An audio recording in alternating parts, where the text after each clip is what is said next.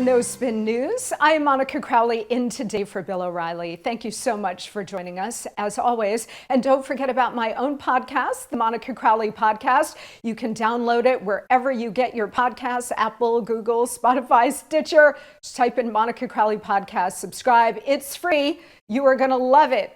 I promise you. We've got a lot to get to today. There's news coming at us from every direction. First, I do want to mention that today is a big primary day. We've got a couple of states holding primaries across the country. We're going to get to those stories a little bit later in the broadcast. But tomorrow on this show, I will be back and we will bring you all of those results along with no spin analysis about what it all means. This, of course, assuming we actually get results, because we're a week in and we still have no GOP primary results from the state of Pennsylvania.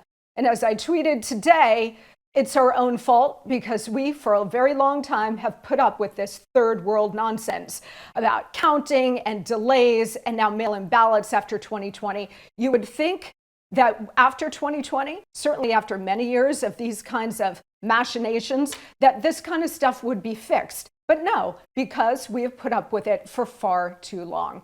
So assuming that we actually have results by tomorrow, we will bring you all of the results and no spin analysis as well. First thing I want to get to in the Monica Memo today is the economy. As many of you know, I was very honored to serve in President Trump's administration as Assistant Secretary of the Treasury. It was an extraordinary experience, traveled around the world and had our hands in all of the important issues. Treasury really is at the center of everything important, from tax policy to economic sanctions on America's enemies. So it was a great adventure. But of course, Treasury's main mission is to ensure a strong and healthy U.S. economy, which President Trump and Secretary Mnuchin absolutely did, and which Joe Biden and Secretary Yellen are absolutely not. So I'd like to take a moment here to break down the Trump economy versus the Biden economy. Because while you are now struggling to pay for basic necessities like groceries and gasoline, I think a lot of us have forgotten how good we really had it under President Trump. And of course, the corrupt media memory holes these things, so you don't remember how good we actually had it under Trump. Under President Trump, there were two basic economic eras. There was pre-pandemic, and then there was actual pandemic, and then post-pandemic. So actually three eras under President Trump. Before the pandemic hit, President Trump put into place an extraordinary set of pro-growth, pro-worker economic policies. And they were based on four main pillars. One, tax reform, tax cuts for pretty much everybody. We're going to talk to Steve Moore here in just a little bit about the Trump tax reforms, which should be made permanent. By the way, they're set to sunset. No, they need to be made permanent. Tax cuts, regulatory relief, unleashing our great energy sector, which brought the United States to energy independence for the first time in American history. And by the way, created thousands of jobs. Day one, Joe Biden started to wage war on American domestic energy production. Yesterday, I told you why, because the energy sector is the biggest of them all. The energy sector is the biggest lever that the left, the Marxists, can use to fundamentally transform the economy. So while they talk to you a good line about the environment and climate change, if they really cared about all that, they wouldn't be on their private jets every 2 seconds. This is about the fundamental transformation of the economy toward a more socialist model, and energy is the fastest way to do it. So Trump got us to energy independence. Biden brought us back to energy dependence. And of course, President Trump negotiated these extraordinary fair trade deals with our key trading partners, including China. And as a result of all of this, we had a booming economy, really a thriving economy under President Trump. People have lost sight of this, but we had strong economic growth for those 4 years. We also had historically low unemployment rates across all demographics. This was an incredibly inclusive economy under President Trump. This was an opportunity economy under President Trump. Historically low unemployment rates for Blacks, Latinos, women, veterans, Americans with disabilities, Asian Americans, you name the group, and we had historically low unemployment rates. And the other thing that it delivered was poverty at record lows, particularly for Black Americans and Latino Americans. The other thing that the Trump booming economy delivered, which gets no coverage at all, and I never expect it to, except when I write columns or Steve Moore is coming up when he writes columns. You know how the left always talks about, well, we want to narrow the income gap, income inequality, and it's such a corrosive cancer in our society, and it's all due to capitalism. Do you know that under President Trump, the wage and wealth gaps actually narrowed? And they narrowed because while those at the top were still earning more, those at the bottom were earning even more and faster. They had a faster rate of growth in terms of their income, wages, and prosperity than those at the top, and therefore that gap began to narrow. So while the left for years has been talking about, well, we want to take on poverty, we want to take on unemployment, we want to narrow the income gap, well, guess what? In 4 short years, President Trump actually did those things. Of course, he gets no credit whatsoever. Like President Nixon and President Reagan, he's a Republican who succeeded. Therefore, everything he did needs to be memory hold, including the booming economy. So Trump gave us this great economic miracle. And then the pandemic hit. And what happened? And I was there in the middle of all of it because Secretary Mnuchin and Treasury, we all led the effort to get the American people and America's businesses through the most acute period of the crisis. So yes, we stood up unprecedented and frankly very innovative programs to get us through the crisis, including for small businesses. Very proud of the Paycheck Protection Program, the PPP, which actually secured about 52 million jobs that were attached to small businesses. Very proud of that. Was it perfect? Of course not. It was a government program. Nothing coming out of government is ever perfect. But we did what we had in a very compressed amount of time and an emergency nobody expected, anticipated, or really knew how to deal with until a couple of months in. So Trump got us through the pandemic perfectly fine. I mean, it was traumatic for the country, but economically, we were able to get through the crisis. And then when the economy began to open up, we really started to thrive again. Why? Because those pro-growth economic policies kicked back in. Once we started opening up in the spring of 2020, people forget because it's been so long and so harrowing. But we started to open up again in April, May of 2020. And when that happened, the growth began again. The jobs started coming back because we had this pro-growth economic environment, right? So then the election, we all know what happens there. When Donald Trump hands off the economy to Joe Biden on January 20th, 2021, he handed him the fastest economic recovery from any crisis on record. And now we see what Joe Biden has done with that. He has torpedoed it with reckless spending and all kinds of left-wing programs, wish lists being fulfilled by trillions of dollars in spending. Last year alone, the federal government spent $6.8 trillion that we do not have and cannot afford and did not need. When you have an emergency like we had with the COVID pandemic, emergency level spending is needed and justified. But when the government keeps emergency level spending absent the actual emergency, that leads down a very dark and unsustainable economic path. And that's the path we're on right now. You see it in every direction. We've got a weakening economy. First quarter GDP, negative 1.4%. The economy actually shrank significantly in this first quarter. We've got a weakening economy, skyrocketing inflation, sky-high gas prices, a labor crunch, and a supply chain crisis. None of this existed when President Trump was in office. It all exists now because you've got unified Democratic control in Washington, D.C., and they have abused their powers. They don't care that you're suffering. In fact, they relish it.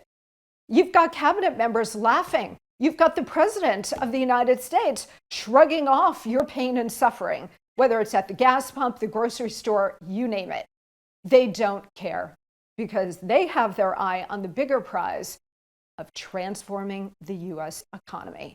In fact, the other day, Biden himself said, gosh, on energy prices, yeah, I understand the American people are having it rough right now, but this is an incredible transition. His exact words, incredible transition, meaning this is the plan all along. It is all deliberate.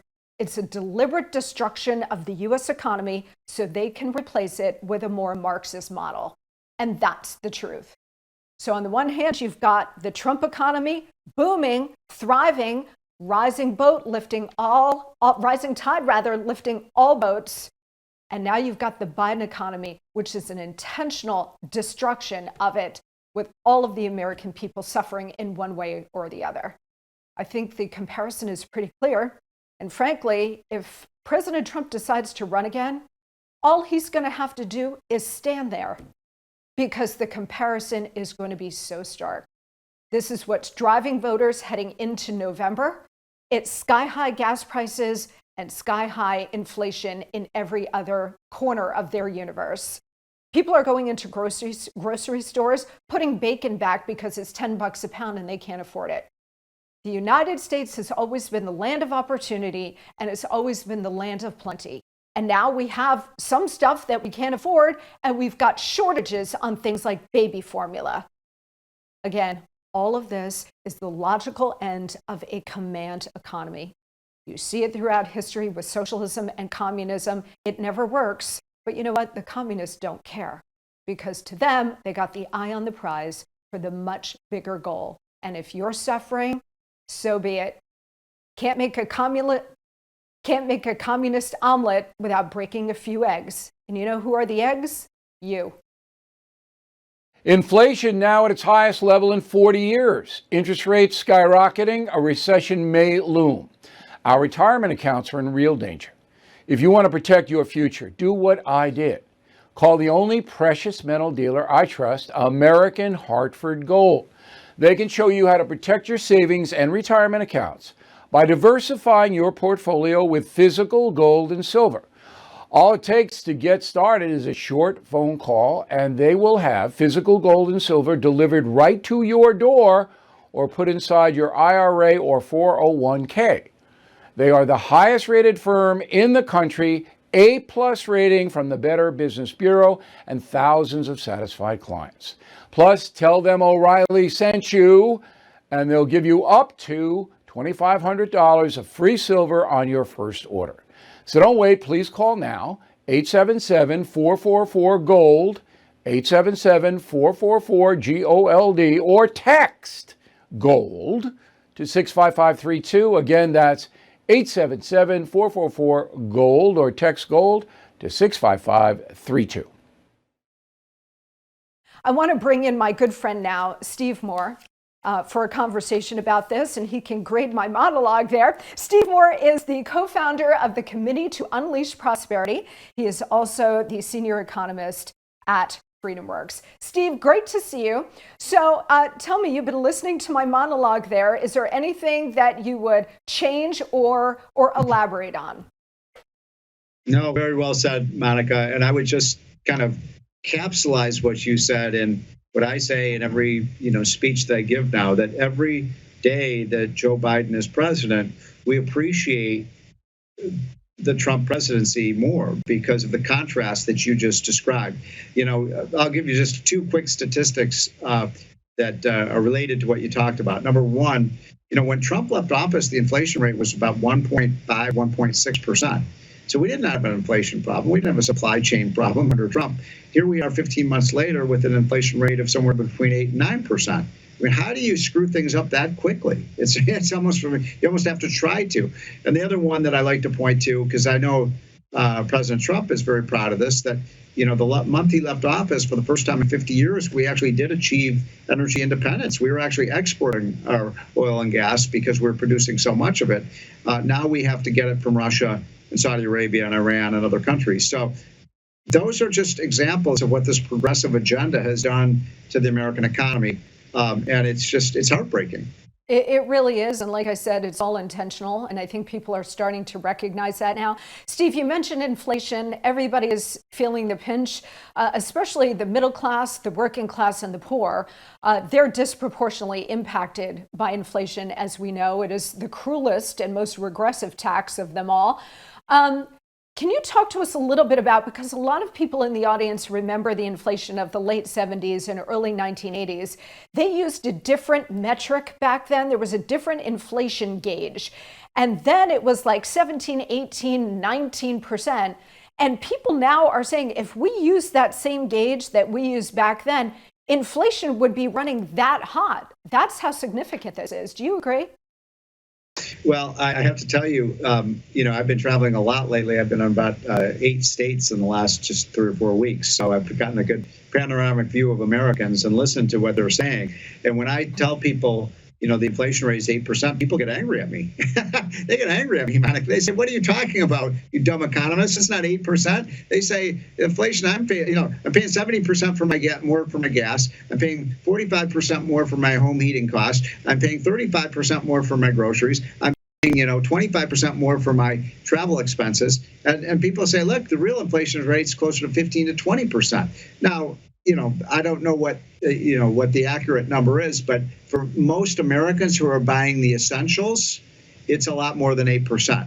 And that's why people are so angry. And at the gas pump, I mean, I see people just growling when they go to the gas pump. Again, $2.49 a gallon when Trump left office. In most states now, it's $4.59 a gallon. So $2 more a gallon times 16 gallons to pump up. That's $30 to $35 more people are paying every single time they go to the gas pump. Yeah, and they're inflicting this pain on all of us on purpose. I mean, they want $10 a gallon gas because they think it will be prohibitively painful for everybody, and everybody will run out and buy a $100,000 electric vehicle. That's what they really want. Let me ask you, Steve, about the Fed. You and I for a year, and there have been others too, actually longer than a year, every time we heard Jerome Powell, the head of the Fed, and Janet Yellen and others talk about how transitory inflation was, you and I have been screaming, no, it's not transitory. It's getting more entrenched every day. The Fed is about a year too late in terms of drawing down their monthly asset purchases and raising interest rates. So now it seems to me that the Fed, with what they're doing, their path of announcing multiple rate hikes over the course of the next couple of months, that they are actually giving us the worst of all possible worlds because they're tightening into a weakening economy. Can you talk to us a little bit about that and what it means for you and me? Well, it's interesting. I got together with President Trump about 6 weeks ago or so, Monica, out in Florida.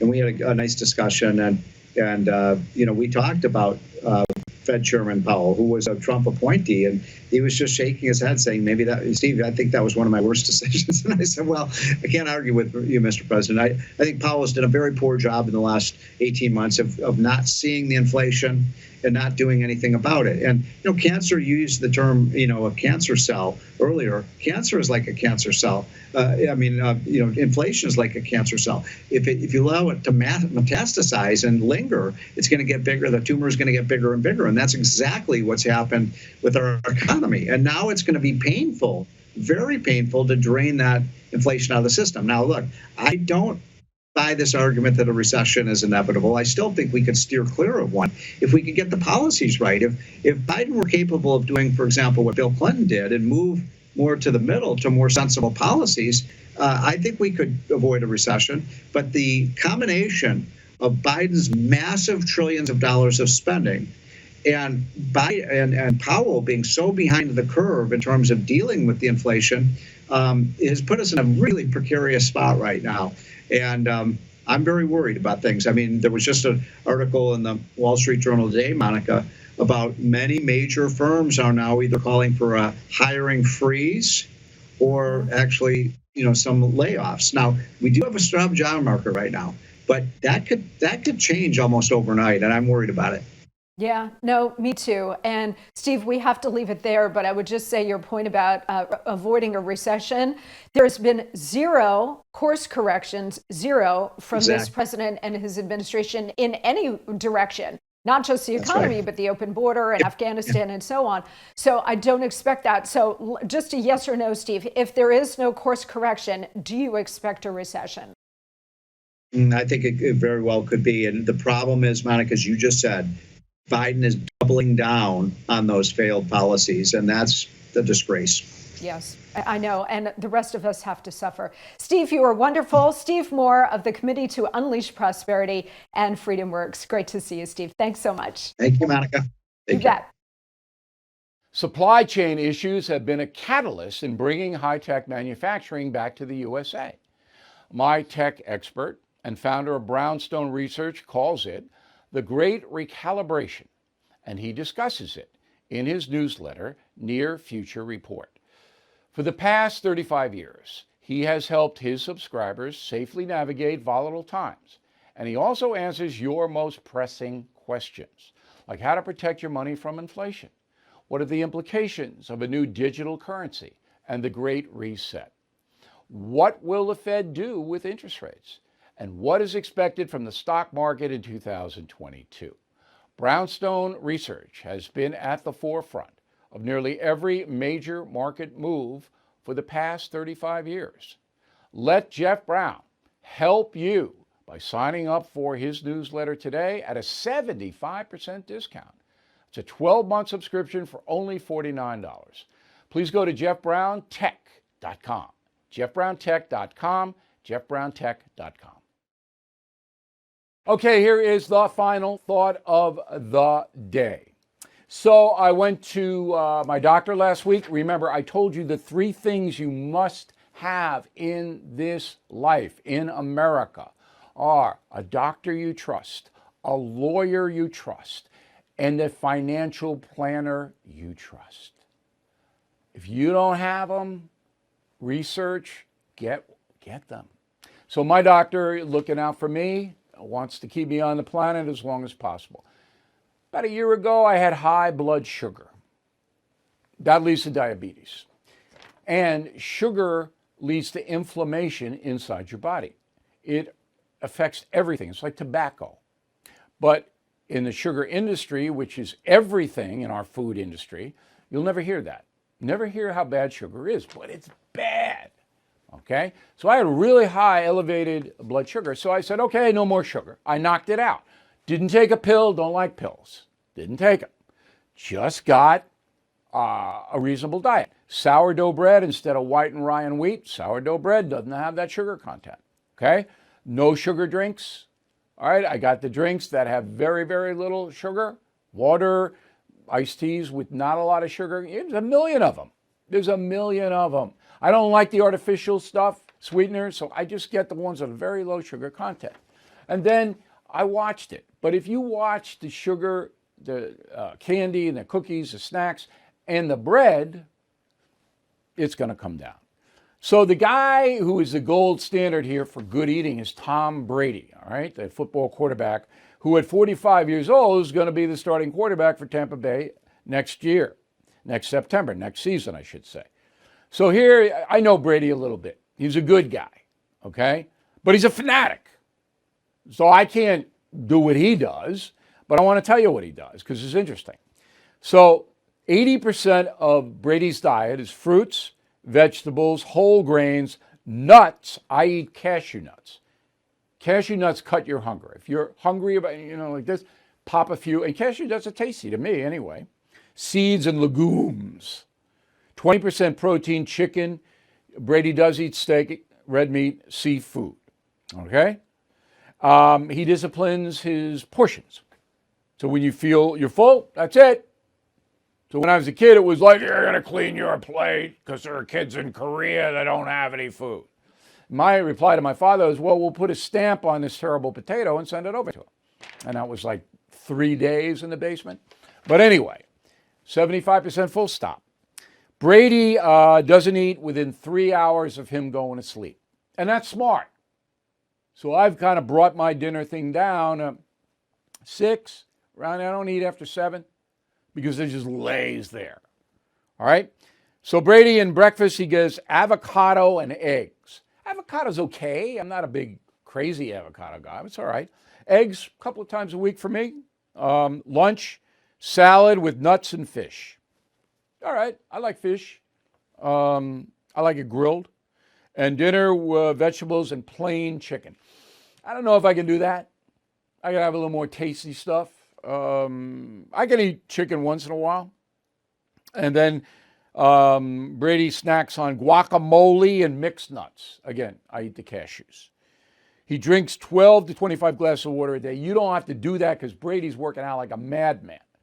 But water does cut your hunger as well as cashew nuts. So, you drink a little water. You don't take it to church like these morons do. Again, last week at Mass, I'm sitting there, the guy got a big jug of water. I whispered to him, do you think the priest is going to change it into wine? Little wise guy, even at Mass, okay? But what do? You bring in water? For 45 minutes, you can't go without it? Boy. Brady, no white sugar. Nope, no white flour, okay? So Brady's 45, and I'm a little older than him. And he throws a football. I threw a football really well, I have to say. I could get that ball out there 60 yards in my prime with some zip on it. But what I'm trying to do for you is if you do consume the sugar as you get older, it will hurt you. Okay? Just cut it down. You'll see the weight just melt off. If you own a home or property, here are 2 reasons you never want to become the victim of home title fraud. Reason 1, when a cyber criminal worms his way onto your home's title, he'll take out loan after loan using your home's equity. Then he'll vanish, leaving you to prove you didn't commit the fraud. Reason 2, you could be a victim of home title fraud and not know it for months. No agency notifies you or asks if you sold your home or added someone to the title. You'll find out when the collection calls start coming for loans you never took out. Nobody knows about how to help stop this crime more than Home Title Lock, America's trusted leader. I urge you to go to HometitleLock.com, read the testimonials from retired FBI agents and others, then register your home address to see if you are already a victim. And when you protect your home, tell them Bill sent you for 30 free days of protection. So please go to HometitleLock.com, HometitleLock.com. Bill O'Reilly is back on TV and only on The First. No Spin News, every weeknight at 8 p.m. Eastern, only on The First.